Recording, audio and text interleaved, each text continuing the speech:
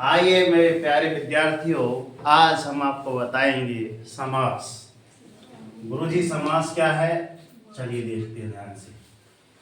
समास के बारे में थोड़ा सा जानकारी लीजिए। समास सबसे पहले इनके प्रकार के बारे में हम लोग पढ़ रहे हैं, कितने प्रकार के होते हैं वास्तव में समास। अब पहली बात तो ये आ जाए गुरुजी समास है क्या वास्तव में, अर्थात किसी भी है ना, जैसे कुछ लंबा सा सेंटेंस वाक्य लिखा है, उसका छोटा से छोटा रूप आपका कहलाता है संक्षिप्त में, जिसको लिखा जाए वही आपका समास कहलाता है। समास के मुख्यतः कितने भेद है? 6 भेद। ये पहला, ये आपका दूसरा, ये आपका तीसरा, ठीक है ना। ये 3 इस साइड इस लाइन के और 3 इस साइड कर दो।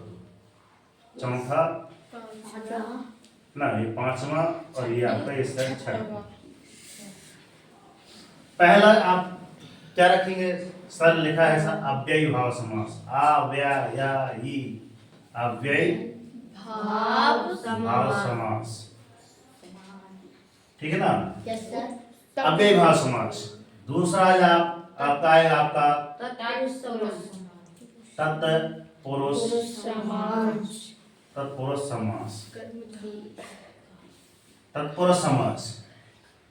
तीसरा आज आपका आएगा कर्मधारय समास। फिर इसके बाद आएगा आपका है ना, क्या आ जाएगा आपका द्विगु समास।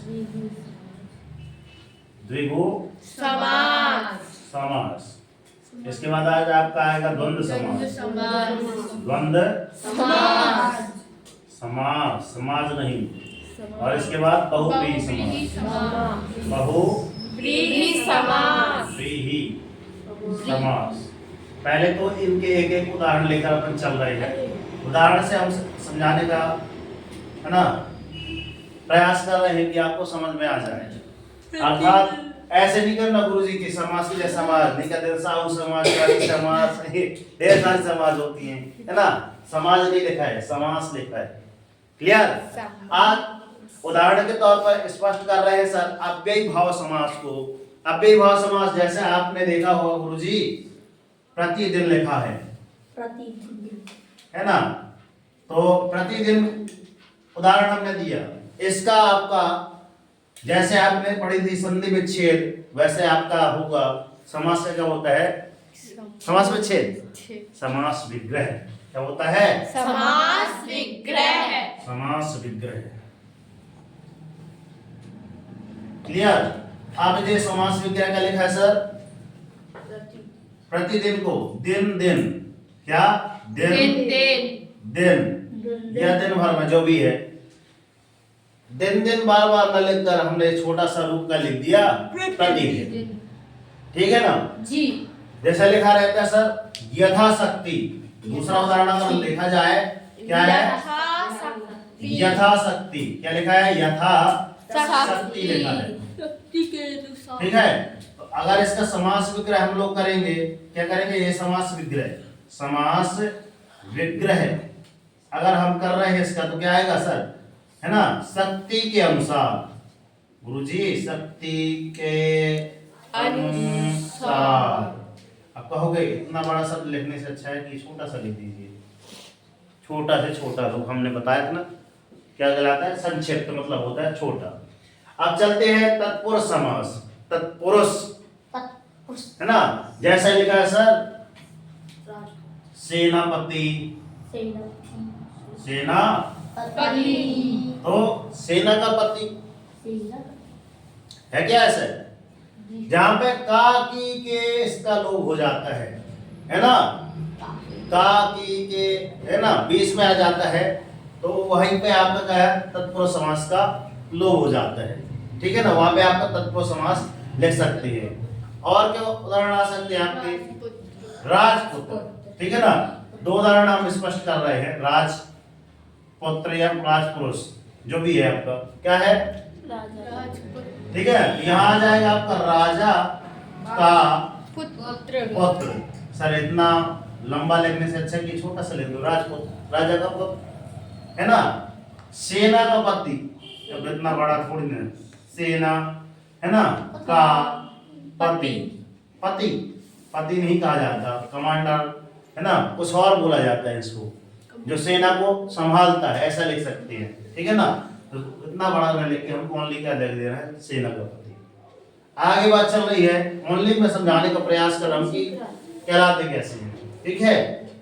अब ये तत्पुरुष समास में 6 प्रकार के होते हैं। कितने प्रकार के? 6 प्रकार के। षष्ठी तत्पुरुष है ना, पंचम तत्पुरुष ऐसे आते हैं, 1 से लेकर 6 तक आते हैं, प्रथम द्वितीय तृतीय चतुर्थ पंच षष्ठ, ठीक है। अब इसके बाद आता है आपका कर्मधारय समास। कर्मधारय नाम से स्पष्ट होता है, जैसे कि उदाहरण आपका नील गाय, बेहतरीन है नील गाय। तो गाय कैसी है आपकी? सर नीली है। तो इसका समास विग्रह क्या आएगा सर? नीली गाय। क्या आएगा? नीली गाय। गाय अर्थात दति जो शब्द है आपका, है ना, यही इसकी विशेषता ये बताएगा। प्रथम पद आपका क्या हो जाएगा? विशेष। पहला पद है ना, ये आ जाएगा, दूसरा वाला ये पहला रहेगा और पहला वाला दूसरा रहेगा, अर्थात ये इसकी विशेषता आगे वाला शब्द बताए, यही आपका कहलाएगा शब्द विशेष, ठीक है ना। प्रथम शब्द विशेषण और इसका दूसरा शब्द विशेष, ठीक है ना। आए समझ में? तो यही गाय जो ऐसा पढ़ लो जो सर गाय की विशेषता बताए, जैसे नीली गाय, और क्या आ जाएगा? महाराज, ठीक है, महाराज, ठीक है। पंचवटी,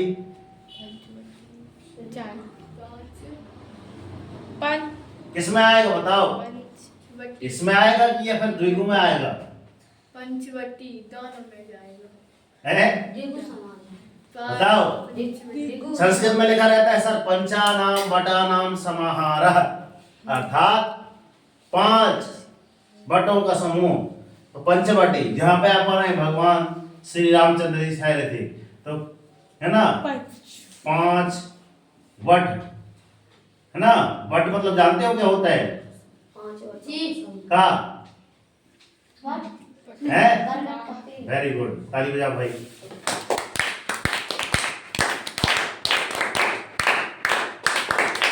ठीक है, तो ये एग्जाम्पल आपका यहाँ पे आ जाएगा। यहाँ पे और क्या आ सकता है बताओ?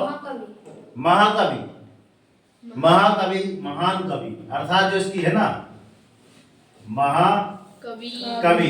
कवि कैसे आपके? महान है ना। तो यहाँ पे आ जाएगा गुरुजी महान कवि, जो इसकी विशेषता बताते हैं। ये सही है, चेक करके बताइए, और प्रत्येक के कमेंट बॉक्स में 2-2 उदाहरण दीजिए, गुरुजी ये भी आ सकता रहा, ठीक है ना। अभी हम बताएंगे, ढेर सारे हैं। और क्या आ जाएगा सर? चौराहा, चौराहा, और तो 4 राहों का समूह, राहों का समूह। गुरुजी ये क्या है? तो द्विगु मतलब होता है गुरुजी संख्यावाची। पहला पद जो आपका होता है संख्यावाची होता है, अर्थात पंच मतलब क्या होता है सर? 5। चौ मतलब क्या होता है? 4, है ना। अगर मैं बोल दूं गुरुजी तिराहा, है ना, तो 3 मतलब आपका 3, है ना। आगे समझ में? तो यही आपका प्रथम पद आपका संख्यावाची, मतलब 1 2 3 4 ऐसे आपके संख्यावाची आ सकते हैं। अब लिखा है सर द्वंद्व, माता पिता, लो माता पिता, माता, राज्य, ठीक है ना, माता पिता, ठीक है, माता और पिता, गुरु शिष्य, गुरु शिष्य, यही तो उदाहरण ले रहे हैं। तो गुरु और शिष्य, गुरु और शिष्य, भाई बहन। तो द्वंद्व में क्या होता है? द्वंद्व मतलब दोनों, बीच में आपके योजक चिन्ह डैश तो लिखा ना, इस चीज चिन्ह का लोप हो, मतलब पहले ही बता देगा इन दोनों में क्या डैश लिखा है, इन दोनों में के बीच में डैश का चिन्ह, योजक चिन्ह इसको बोला जाता है, ठीक है ना। और अभी मैं आप ही से पूछ लूं, बताओ आपको पापा अच्छे लगते हैं कि मम्मी? गुरुजी का दोनों के बिना अधूरे हैं हम, है ना। तो जहां पे दोनों पद क्या हो? प्रधान हो, वही आपका द्वंद्व समास कहलाता है। क्लियर? तो इसका समास विग्रह क्या होगा? माता पिता, माता और पिता। तो सर माता और पिता लिखने में ज्यादा सी थोड़ी सी, है ना, तो इसको संक्षिप्त रूप में लिखने के लिए क्या बोलेंगे गुरुजी? माता पिता लिख दे और छोटा के लिख देंगे अभिभावक। तो अभिभावक तो इसमें आएगा नहीं, ठीक है ना। आगे चलते हैं, बहुव्रीहि लिखा है, ब्राही अभी तक लिखे थे, कोई किसी ने नहीं बताया। अब लिखे बहुव्रीहि, इसलिए बोलता हूँ अच्छे से पढ़ा करो। बहुव्रीहि मतलब आपका जैसे सर दशानन दशानन है ना, दशानन अर्थात 10, दशा मतलब 10, ये 10 मतलब 1 2 3 4 5 6 7 8 9 10, बस। आनंद मतलब होता है आपके मुख, तो 10 सिर, 10 है आनंद। समास में गिरा के करेंगे, 10 है आनंद, अर्थात आता है इसकी, अर्थात रावण, रावण हूं मैं ठीक है ना। तो आनंद अर्थात मुख, जिसके 10 मुख है वो आपके क्या आएगा? रावण। अर्थात अब मैं बोल रहा हूं लंबोदर, देखो मैं क्या एग्जांपल था, लंबोदर, ठीक है, ठीक है। क्या है? लंबा है उदर, लंबा है उदर, उदर अर्थात क्या होता है आपका? पेट। अर्थात भगवान, अर्थात कौन है भगवान? भगवान श्री गणेशाय नमः। विद्यते तरम पंचम सोपान समाप्ता, श्री गणेशाय नमः लिख दिए। चलो ठीक है, भगवान श्री गणेश के बारे में बात कर रहे हैं, क्लियर। इनका स्वास्तिक का चिन्ह ऐसे होता है, बोला जाता है स्वास्तिक का चिन्ह ना ऐसे करके ऐसे बनाया जाता है, और ये वाला क्रॉस करके नहीं बनाया जाता, ध्यान रखना। फिर इसके बाद यहाँ से ऐसी होती है, यहाँ से ऐसा, यहाँ से ऐसा, यहाँ से ऐसा, और बीच में ऐसे, बीच में टच क्यों नहीं होनी चाहिए? बीच में क्रॉस नहीं किया जाता, तो बाद में बताएंगे क्यों, ठीक है। तो ये आपके रहे, इसके अलावा ढेर सारे यहाँ पे एग्जाम्पल होंगे, ठीक है ना। जैसे अब हम आपसे पूछ रहे हैं, ठीक है ना, आजन्म, जिसका जन्म नहीं हुआ हो, इसमें आएगा आपका अव्ययभाव समास में। अगला देशभक्ति, 26 जनवरी आने वाली है, देश के लिए आ गया, काकी के है ना, नीरे के लिए है ना, कर्ता ने कर्म को कर्ण से संप्रदान के लिए अपादान से है ना, मतलब कार्य की जितनी व्यक्ति है आपकी इसमें लागू होगी, इसमें तत्पुरुष समास में, क्लियर। आप लिखा सर, क्या लिखा है? चरण कमल, चरण के है ना। तो जैसे चरण कमल, तो कमल किनके हैं? है ना, चरण कमल के समान है ना, चरण जो है चरण जो उनके बता रहे हैं किनके समान है? कि कमल जो है उनके चरण के समान है, ठीक है। तो चरण रूपी कमल ऐसा आएगा, इसका संधि विच्छेद किसमें आएगा? कर्मधारय में। आप सतसई, सतसई मतलब, सत मतलब कितना होता है?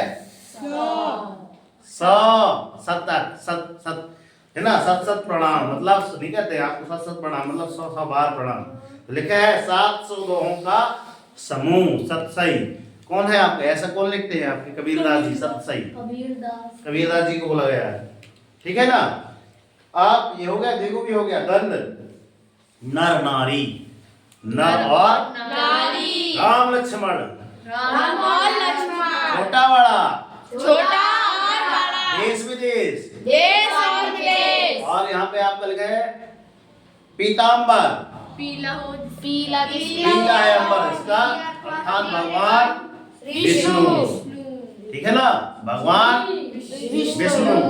और नीलकंठ लिखवाया हो कि नहीं लिखवाया? नीलगाय, नीलकंठ भी लिख सकते हैं यहाँ पे, नील और कमल, नील ये दोनों में आ जाता है, ध्यान रखना, कमल भी लिख है ना।